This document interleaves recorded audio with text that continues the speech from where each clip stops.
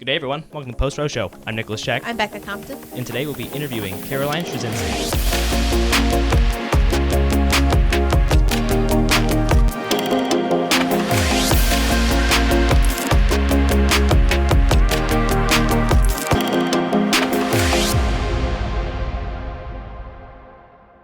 All right. Well, just as a side note, we did just change the intro and we played with the new logo. Hope you guys like it. We're here today with Caroline Strzesynski. Caroline worked in the abortion industry for 15 years, starting at the Center of Choice in Toledo, Ohio, as a nurse, and then Planned Parenthood of Greater Ohio, where she earned her nurse practitioner license. After leaving the abortion industry, Caroline proudly holds the title of being a board-certified women's health nurse practitioner, Creighton nurse practitioner, and Creighton fertility care practitioner. She has been working in women's health in Northwest Ohio for 20 years. She attended St. Paul VI Institute of Omaha, Nebraska, to train for the provision of Creighton nurse practitioner featuring NAPRO technology protocols. Thank you, Caroline, for being here. Yes, thank you so much for having me as well. Yeah, we appreciate it. So if you wouldn't mind just sharing it for a moment, I did your brief introduction. Mm-hmm. If you'd mind talking about, how you, maybe how you grew up and then how you got into the abortion industry, and we'll kind of go from there. Okay. So I grew up in Southern Ohio area. I grew up in a loving home with mom, dad, and brother and sister. Brother and sister were older, so I was in the home the longest, but it was a blended family. And we went to church at the Methodist Church is how I grew up. And as far as transitioning into where I went from there with my role, I went on to college and then kind of fell away from faith. Mm. So kind of did life on my own there. And I met my husband young. We were 18 when we met, and we're still together today. Finished my degree in nursing is what I chose to study. And then I went on to work as a float nurse in a local hospital. But I knew I had wanted to work in women's health. That's why I went into nursing in the first place. And so I was restless and looking for women's health type work. Mm-hmm. Labor and delivery really wanted you to be a nurse for at least 2 years, which makes total sense. You're taking care of more than one patient when you take care of a pregnant woman. Mm-hmm. And the other piece was you had to know somebody if you got in. So you could get in early if you knew somebody, and they knew your work ethic and desires. The other role was to do 2 years and then get in that way. Well, I was impatient as a youngin', and so I happened to be on a road trip with friends, and they were some people that were new to me, but lovely people nonetheless. And one of the gals who was on the road trip was asking me about my interests and sharing with me a little bit about her work, and she happened to work at Center for Choice in the direct abortion service work. And so I had shied away from the Center for Choice. I originally had a clinical rotation there. In Ohio at the time, there was I believe it was in Ohio, a nurse who had received a bombing in the mail right around the time this clinical rotation was coming up. And I had decided, I think we're not going to do that rotation. I just didn't need that in my life. And so I didn't know where I stood pro-life, pro-choice. In the church, I do recall once they had something where the ladies of the church were signing something that was going to go into the newspaper, and it was pro-life. But beyond that, I don't recall any other family discussion on it. And so anyway, it interests me when she shared, and it was past that clinical time, and I was out of school now, and so I went and shadowed her. And so the day I shadowed her, the nurse manager, she was kind of a gruff woman, and she said to me, we're not hiring when I showed up. And I thought, well, that's okay. I'm just here to shadow. Mm-hmm. But by the end of my time in the recovery room with her, I was actually counseling patients as well, doing vital signs, and I did get hired that day. Oh. Wow. And it seems strange to hear it, but now that I'm a part of a ministry of former abortion workers, it's not really too odd from what we hear. They kind of, I wasn't there long, so I would say, long enough, obviously, but I worked there a year or two, and in that time, I learned about Planned Parenthood and was hired there as well. The local Planned Parenthood did not provide direct abortion services, but did provide abortion referrals, mostly to Center for Choice. There was another abortion clinic in Toledo at the time, but I can't recall what they were called at that time. Mm-hmm. And so I was familiar. So from there, went from working Planned Parenthood.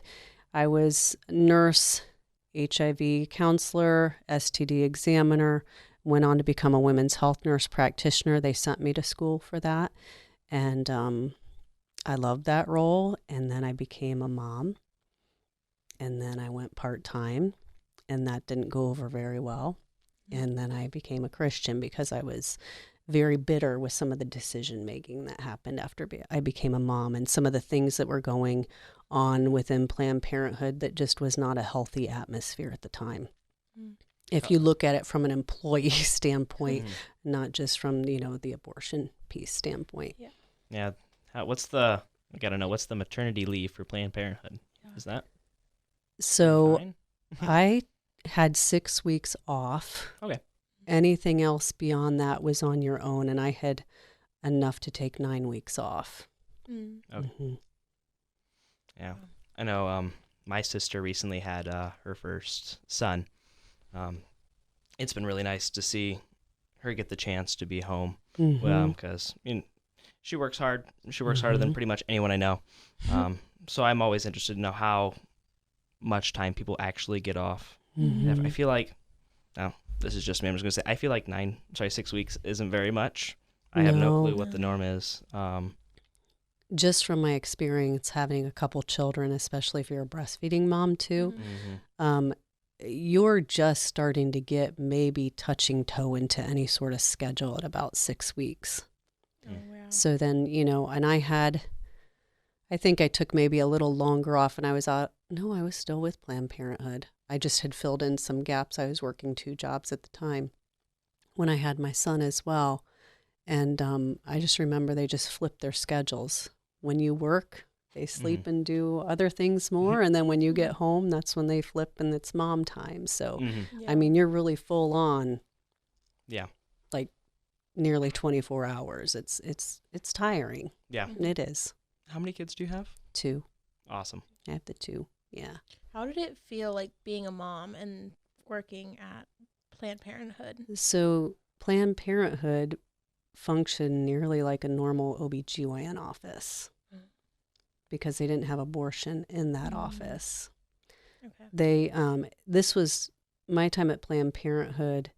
They didn't do the abortion pill there at the affiliate I was working for at the time. Oh, okay. Mm-hmm. So it was more like referrals out to abortion. Okay. Did lots of Plan B. So Plan B is the emergency contraceptive pill, and that was done. And it's interesting because people have varying views on what pro-life is. Some pro-life are okay with Plan B. Some pro-life are okay with contraceptives. Some pro-life are not okay with any of it, Yeah. in natural family planning only. So okay. Maybe you've seen that gamut. I don't know. I've seen the gamut. So I know what you're talking about. So there is a difference between Plan B, because it's basically high dose contraceptive birth control pills, versus RU46, which is your abortion pill. Like life is no doubt established and the goal is to end it. That's RU486. Okay. So with Planned Parenthood, there's different types. So there's the ones that actually do the abortions, and there's ones that just give there are the some counseling affiliates and give Plan Bs out and stuff like that. Mm-hmm. So there are some affiliates that would look similar to a traditional OBGYN office. The difference is where I worked was receiving government funding, and most OB-GYN offices are not receiving that. Oh, okay. Okay. Yeah, that makes a little more sense. Mm-hmm. Okay. Anyway, so you were talking to us about your transition into Planned Parenthood, and then where did your transition out of Planned Parenthood then begin? Yeah. So it was after becoming a mom, having my own experience with pregnancy and delivery and birth. I loved all of it. I never felt so healthy in my life as I did during my pregnancies, and my births were beautiful and easy. So I was very fortunate. So then becoming a mom, became a Christian. Mm-hmm. So I went back to the church, started taking my children with me to church, started bringing home the nuggets from church to chat with my husband too, because he was not heading that road just yet. His was a little longer time. So, but I got to a point where I just started to see things differently. Okay. And it really came to a head when I was called to go to our Columbus affiliate. At this point, the Planned Parenthoods were merging. There's strength in numbers. Okay. Electronic health records was out. That becomes a bigger expense when you can divide it up amongst yourselves. That makes it more affordable. So there was that, and just the strength in numbers, like I mentioned. And so I was going to a sister affiliate to do a training on a new method called Nexplanon. It was new at the time. It was a subdermal implant that lasts for 3 years. And so I was the procedure gal when it came to the different, like IUDs, Nexplanon, Norplants were getting removed at this point. They were off the market. Colposcopies, biopsies, things like that. I was the procedure gal. I had all the other trainings for that. And so I went down to that Columbus affiliate to learn. And so we had the 4 hours of learning.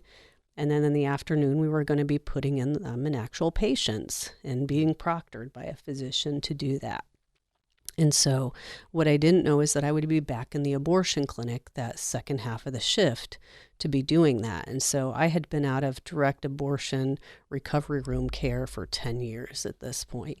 And so there I was feeling conflicted in the car ride over, trying to figure out, what is wrong with you, Caroline? You're pro-choice. Why are you bothered by this? You used to work in abortion recovery room. Like you helped women, get these services. And I use that word loosely. And so we walk in, as we're navigating through the abortion clinic, I see these young women and I know what their next step is going to be. And I feel very conflicted. At this point, I'm not just seeing circumstances. I'm seeing the women and I'm seeing the life within, and I'm seeing the generational impact that this is going to be. Yeah. And that was just something that had never come into my mind previously. And I couldn't deny it. God's presence was palpable. And so I mean, the only thing I could think to do was pray, and that's what I did. I walked through that clinic praying those women who have a change of heart, praying they would leave. And then I met the abortionist who was going to be my proctor. She had a medical resident with her that day. There was just very unprofessional behaviors happening, so much so that the other staff around me were noticing it, were uncomfortable by it. I witnessed some things, and I made a decision where I literally looked at my local supervisor there and said, I've seen enough and it's time for me to go. Wow. To which she said, I completely respect your decision. And within about 10, 15 minutes, I was out the door, and I never did any of the procedures that I had been sent to do. So from there, I already knew resignation would be coming. I knew that I just could not align myself with Planned Parenthood anymore. And then the car ride, if it wasn't already clear, God was like, no. Let me give you a whole nother layer that you just don't even know. And so he did. On the way home, I was talking, it was my local manager then from the Toledo affiliate, and I had asked her what the managers meeting was about. And that's when she shared it was about quotas. And I asked, quotas for what? And it was quotas for abortion. And I naively, now when I look back, I asked, well, are our numbers going down? To which she said no, and gave a little bit of a chuckle. And I said, well, that's not good. And in the conversation, she let me know that the goal was not for the numbers to go down, that Planned Parenthood made their money off of abortion. So the goal was for the quotas to go up. And I said, well, that doesn't make sense. Isn't our goal to contracept everybody and so that they would never need to consider abortion, and we essentially put ourselves out of business? Because I thought, with time, you evolve, you get better and better contraception. There's going to be no need for this. And so, no, that was not the case. I said, well, wait a minute. at the time, Planned Parenthood was saying 97% of what they did was preventive health and only 3% was abortion. 3%, only 3%. You say that now, it's like, at the time in my mind, only 3%, because that's where I was in my journey at the time. And the fact was that those were fudged numbers. They've been honest about that now on how they came up with those numbers. But she also let me know that's what we want the public to believe. And in my mind, I thought, that's what I believed. That's why I worked there. It was my mission, especially coming from abortion recovery room. Like, how can I help these women to never consider abortion again? And so then my mission had become contraceptive. Well, fast forward, my missions shifted yet again. But then with that change is where I started to work towards the exit out. I think it's so crazy that they're very open to just at least telling their employees, like, no, what we do is sell abortions. If you saw it, like, I'm sure you've seen Unplanned. Yes. And when the actress who's playing Abby Johnson's talking to whatever her name is, anyway, the big abortion director lady, and she says, I thought, pretty much very similar to what you're saying. Thought the objective was to decrease abortions, contraceptives, and she refers to abortions similar to like what French fries is what she says. It says what we do is we aim to sell the cheap cost, like makes us a lot of money products. So which the fact that they just openly say it. And one thing you also said that I really want to point out, and I think is important for people to hear, is you mentioned you got into it because all you remember from maybe your childhood was one pro-life maybe piece in the newspaper, but your family didn't talk about it. I think it's important for parents or families to talk about the issue before their kids go off to college or venture off into the world and make up, like, it's very easy to get roped into the pro-choice side in that it's very emotional. You're like, oh, there's all these people hurting. How do I make these people not hurt? Because they're the ones you see. The unborn you don't really see. So if you don't see them, it's easy to not think they're there. And it's, oh, I see women hurting in front of me. How can I help them? So I think it's important for parents out there then to have those conversations as your kids start to grow up about the reality of abortion. That way people don't end up in a situation like you where you find yourself venturing into it because you all you remember from your childhood was maybe one pro-life newspaper article. Yeah, and I definitely think those conversations need to happen kind of younger, like obviously a dumbed down explanation. There's always age appropriate conversation that can happen. Yeah, because definitely with even social media's impact, there's younger kids being pro-choice because of social media, and that's all they hear is the pro-choice side. They never hear the pro-life side or don't even really bother with it because, again, they only think about the women and not the unborn little baby. My younger brother, actually, so my youngest brother, I'll keep his name off for podcasting, and my youngest brother, we just got back from the March for Life, right? And we're in Washington, D.C., and we're talking about it, and he looks over and he's like, I don't know, he's like 10, and he goes, what's abortion?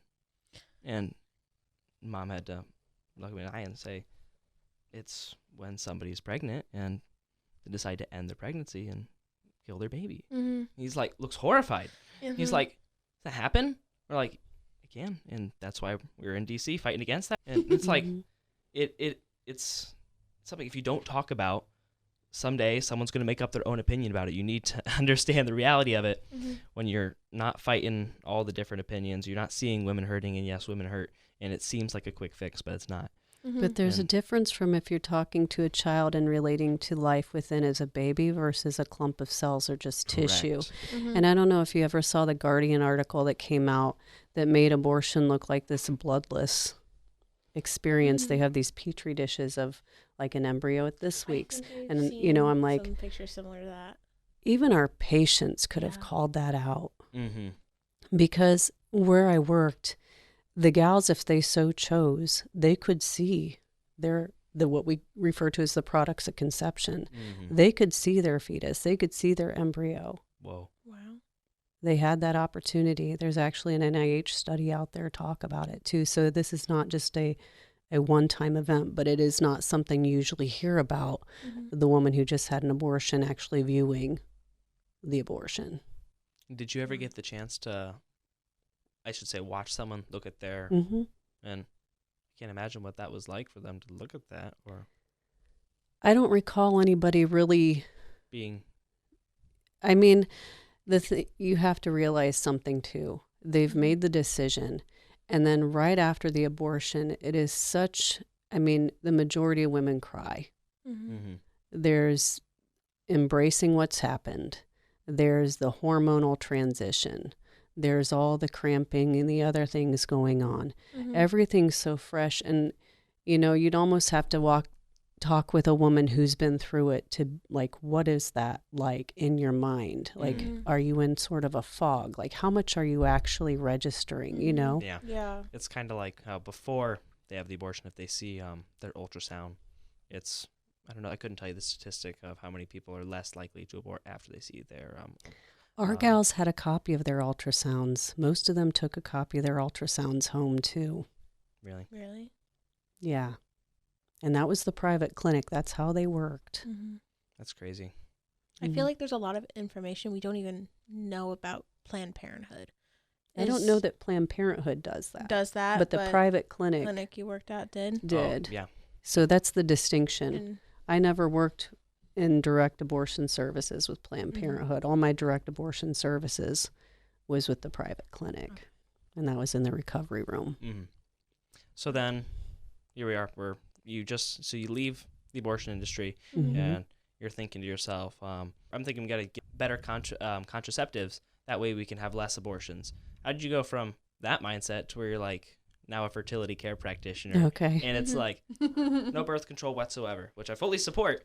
But that's a wild change. Yeah. It is a wild, that's a 180, isn't it? You know, it's a slow process. I think Abby's even said, like, unplanned, you know, it's a process. You don't just, here I am overnight, right? Mm-hmm. So things are just, they slow and they're evolving. The Lord's patient, and he really is the utmost patience. And so I had worked in it for so long. Again, it was one of those, you start to view things differently. The fruits of my labor, I think, is how I could sum it up, with recurrent infection, more mental illness, and I didn't know how much I was contributing to their future infertility problems. I had a couple young ladies who had IUDs. One of them I had placed, the other she had come with and just had become my local patient. But seeing these young ladies become infected over and over, because there's a sense of freedom you get when you get what's considered a highly effective contraceptive method. So there's this freedom to explore then, right? And monogamy was not really the intention, you find. And so there's a lot more opportunity for infection and trouble. Well, with something like an IUD in place, it can create inflammation, scarring, and it can also cause the device to be implanted almost to where it's difficult to remove in the office and you have to surgically refer. So within a 90-day period, I saw 2 young ladies who I had to refer for surgical removals. They weren't even due to have their devices out. It was a conversation we had in the office that, hey, we've had this recurrent trouble, infection, it's going to become more of an issue. We need to do this now rather than later. And then even with the plan to remove them early, couldn't remove them in the office. And then I started thinking, okay, they don't want their fertility now, but what am I doing to their future fertility with this? And so from there, I just remember going home to my husband and saying, I think another transition's about to come. And I met with a couple people who are pro-life OB-GYNs. I'm like, who don't do contraceptives. I'm like, well, how is this going to look, right? And so they, the words they gave me, the one said, oh, be not afraid. And the other one said, don't be afraid. And I was terrified. I really was. But I'm like, well, that's biblical guidance. I can't argue that one. And God's just kind of had me along the way. So I met with one of the pro-life folks. I met with the management that following day, and even that morning when I was leaving, I told my husband I was going to share with them that I was going to stop the practice of contraceptives. And I still remember him saying, I don't know if this is good timing. And I said, well, it's God's timing. And he said, well, then I support you 100%. So he's a good man, Yeah. So, and we did it. And it's interesting. It makes no cultural sense, but in the meantime, the gaps have been filled. And at that point, I was like, okay, God, like hands are up. Like, I'm done. Like, you have, my vocation is yours. Where are we going with this? Because it just, culturally made no sense. And so that's when I learned about the Creighton method. And that's when we in our marriage transitioned to the Creighton method. And I wasn't someone who contracepted, even as a prescriber of contraceptives and having been a nurse practitioner for 18 years at that point.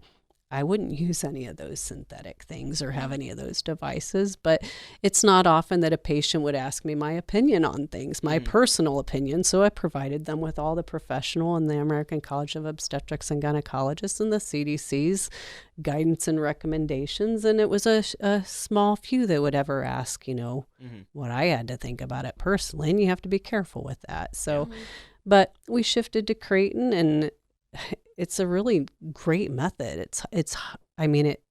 I've seen such benefits with helping couples achieve pregnancy.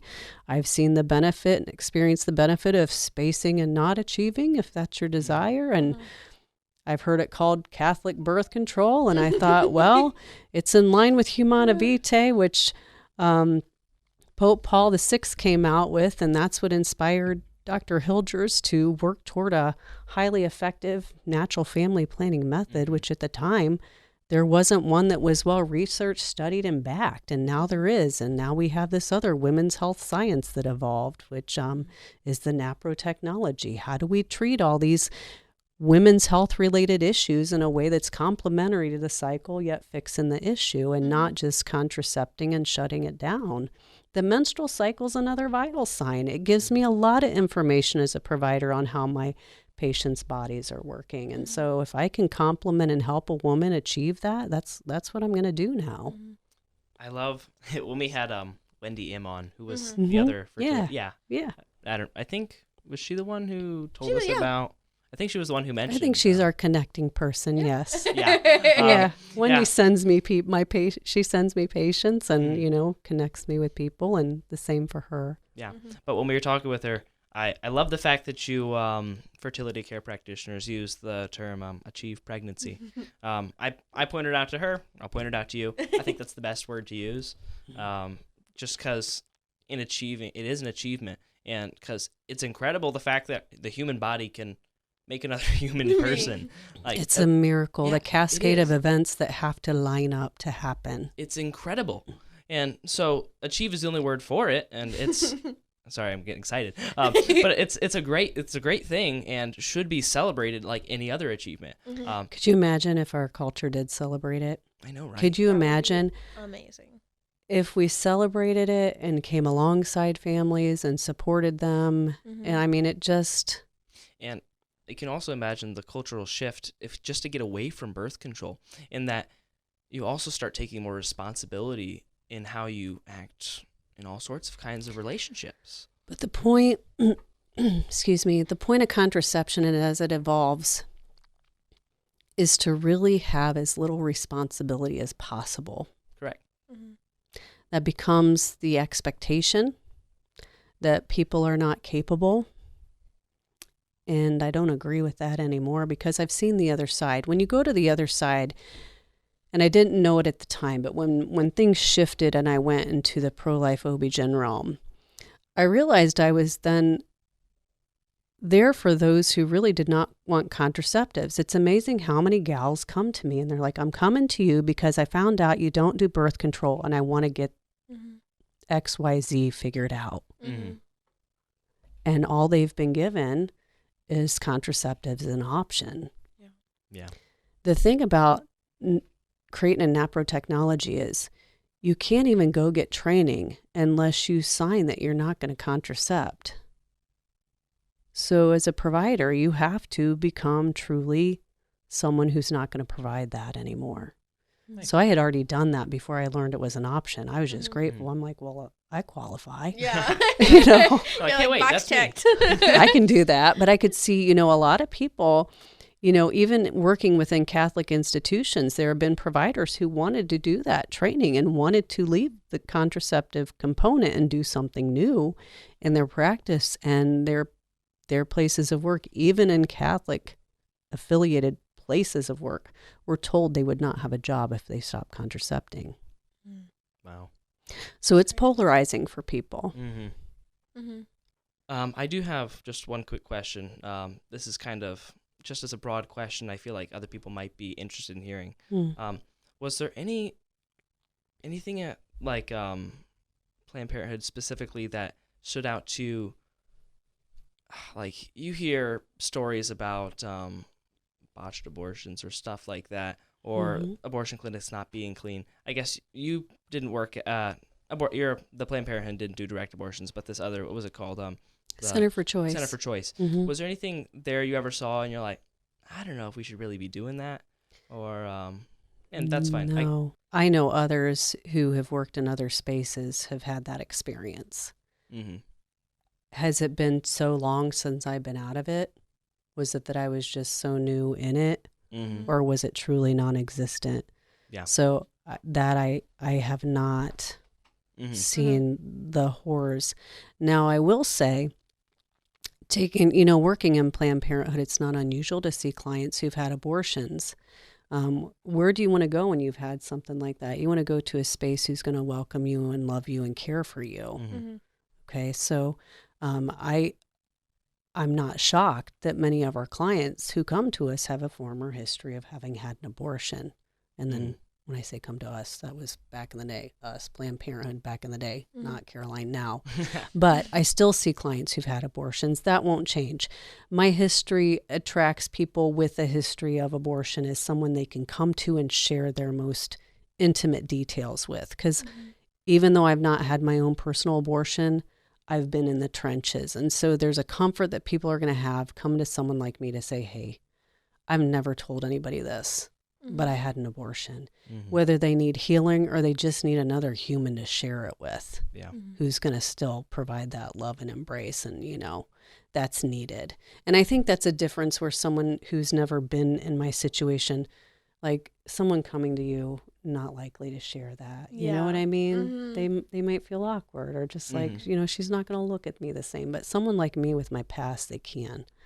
And so that's helpful. Direct me back to where you were asking me a question. I got on a tangent, though. No, that's totally fine. Okay. That pretty much covers that bit. I did want to ask, Abby Johnson's story. What was the process of then, like, getting into the... And then there were none? Yeah. And joining her organization. Okay, so one of the things when I left Planned Parenthood, I reached out to a couple people.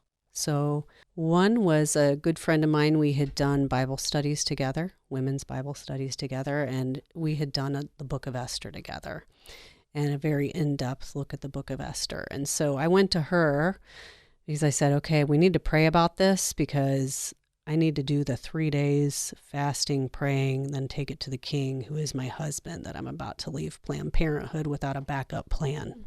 Okay. And so that's what we did. He was not of faith at the time, and I felt that was the most respectful and probably genius way on earth you could approach something as sensitive as what I was about to do, because at the time I was the key money maker of our family, and I held the benefits. And so it was going to be a big disruption to our family. And so that was the approach, and he was supportive. The other person I met with was a pastor at the church, and I went to her for some spiritual direction, because I thought, at this point I've been through 75% of the Bible, but I hadn't been 100% through it, and I hadn't studied it enough, and I wanted her to give me some guidance, like, do I need to leave now? Or can I give 6 weeks professional notice? And so from that meeting with her, that pastor, if you fast forward, it must have been about 6 years from then. So I left Planned Parenthood quietly. 6 years goes by, I'm working new work. And this pastor reaches out to me and asks if Savannah Martin, who is the director of the pregnancy center in Toledo, could reach out to me. Sure. What in the world does a pregnancy center director want to do with a former abortion worker? So are my first thoughts. Does she know, Yeah. So anyway, I call and speak with her, or she calls and speaks with me. Anyway, we schedule for me to do a tour of the facility. I drive up to do this tour, and I'm thinking, why am I about to walk into a pregnancy center? I need to be honest with you. When you have worked someplace like Planned Parenthood, you've received the emails, you've learned about 40 Days for Life. Pro-lifers are just terrible, deceptive people. That's what my thinking was. I didn't know anything different. I didn't have really pro-life friends. So anyway, evidently God nudged me through the doors. And they were lovely people. I had a tour of the building. I learned about the services they provided. I was so humbled, so humbled. It was a necessary thing. And at the end, we stop at the chapel, and she says, Caroline, I understand you used to work for Planned Parenthood. And I remember saying, Savannah, I worked for the Center for Choice too.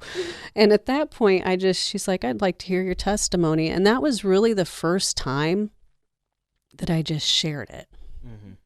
I just shared it and could talk about it. I hadn't done that. And that's when she said, have you ever heard of Abby Johnson? No. Well, we have our pregnancy center gala coming up in a couple weeks, and she's coming to speak, and she used to work at Planned Parenthood. Then the bell goes off. Oh, Barb's the MC. She was the pastor who I met with. She was the MC for the gala. She put the connection together. You have this lady coming to talk about her work at Planned Parenthood, and you have a lady here in Toledo who used to work at Planned Parenthood too, who did the same thing and left. And so that's how we were connected from there. It's pretty incredible. Wow. It is. It's been, it's an adventure with Abby. It really is. A lot of opportunities have come. I used to be terrified doing public speaking.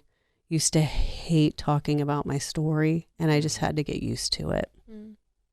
Yeah, and we do appreciate you sharing it. Yeah. It takes a lot. It gives people hope, It gives people hope. Yeah, it's really easy to think, well, people don't change their minds on topics like this. Like, once you pick your side, there's no going back, but there is. You can change your mind. Yeah.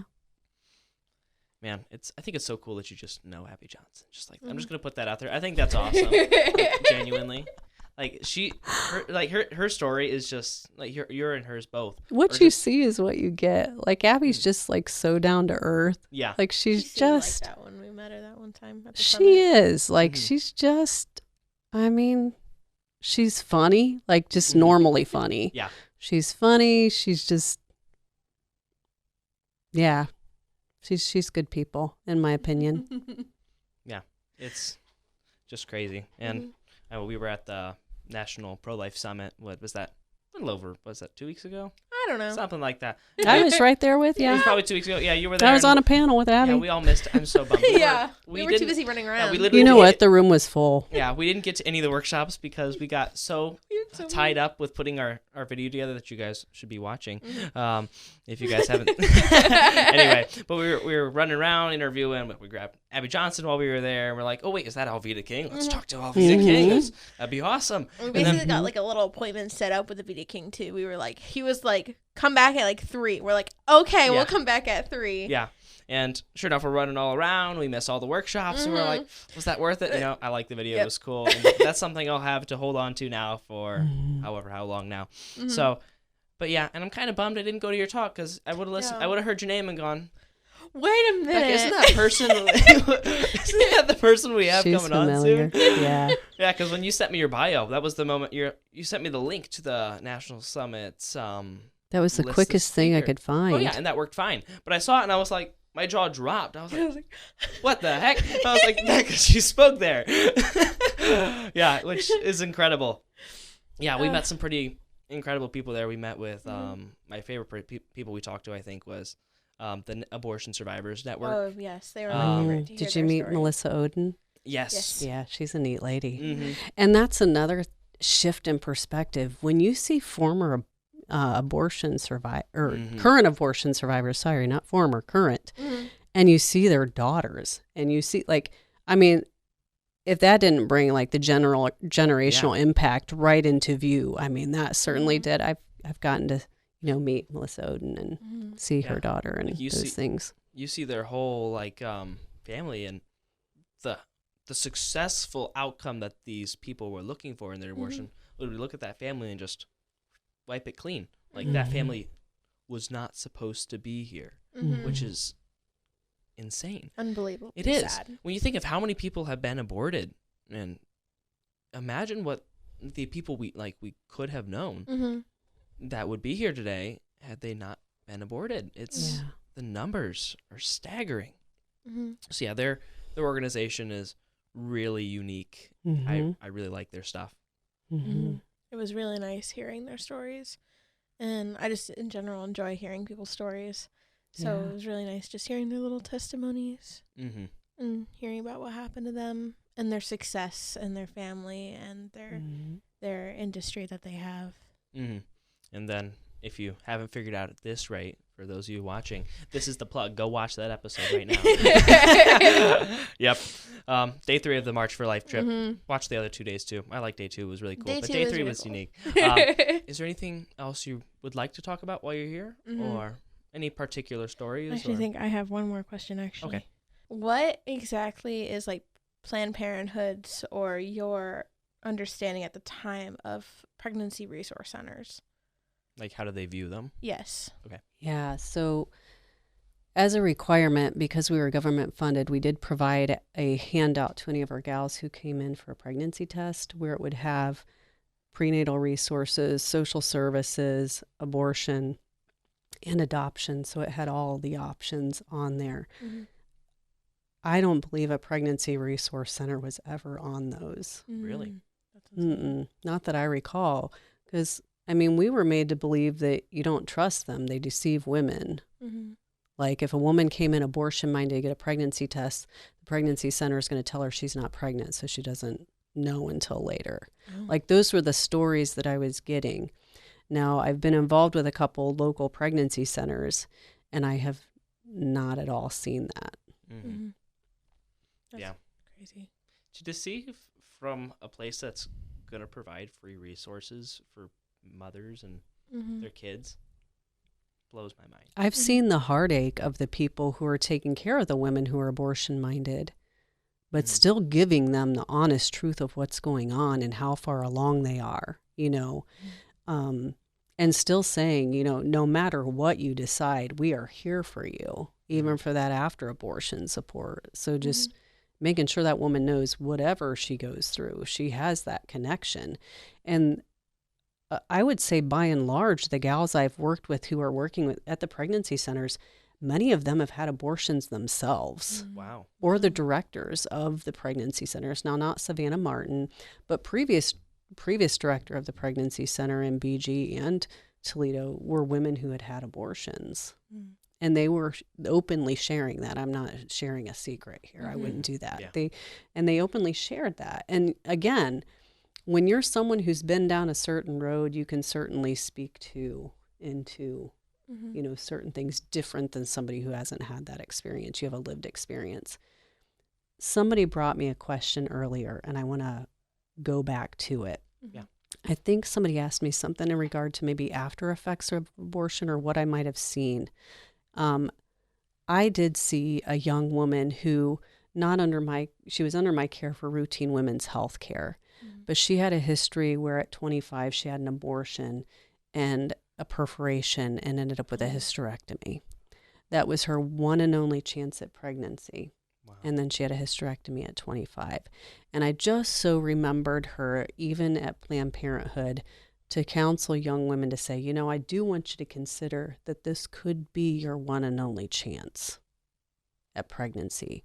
And that's something that I've kind of carried through, and I'm on a medical advisory board at a local pregnancy center to say, hey, you do need to let these young women, especially college-age women, know this may be their one and only chance. I have a family member who is pregnant as a teenager, and she has this lovely young man who's a teenager now himself, and she's not been able to get pregnant since, you know, had she made that decision.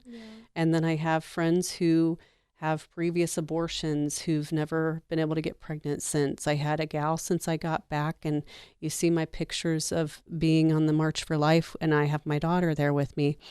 And she came to me and let me know, like, hey, I have this history where I had these abortions, and I knew she had adopted her children, but I didn't realize her fertility was gone, and that was her reason because of her abortion history. And I just think, these ladies, my goodness, so many, they want to say women aren't being hurt by abortion.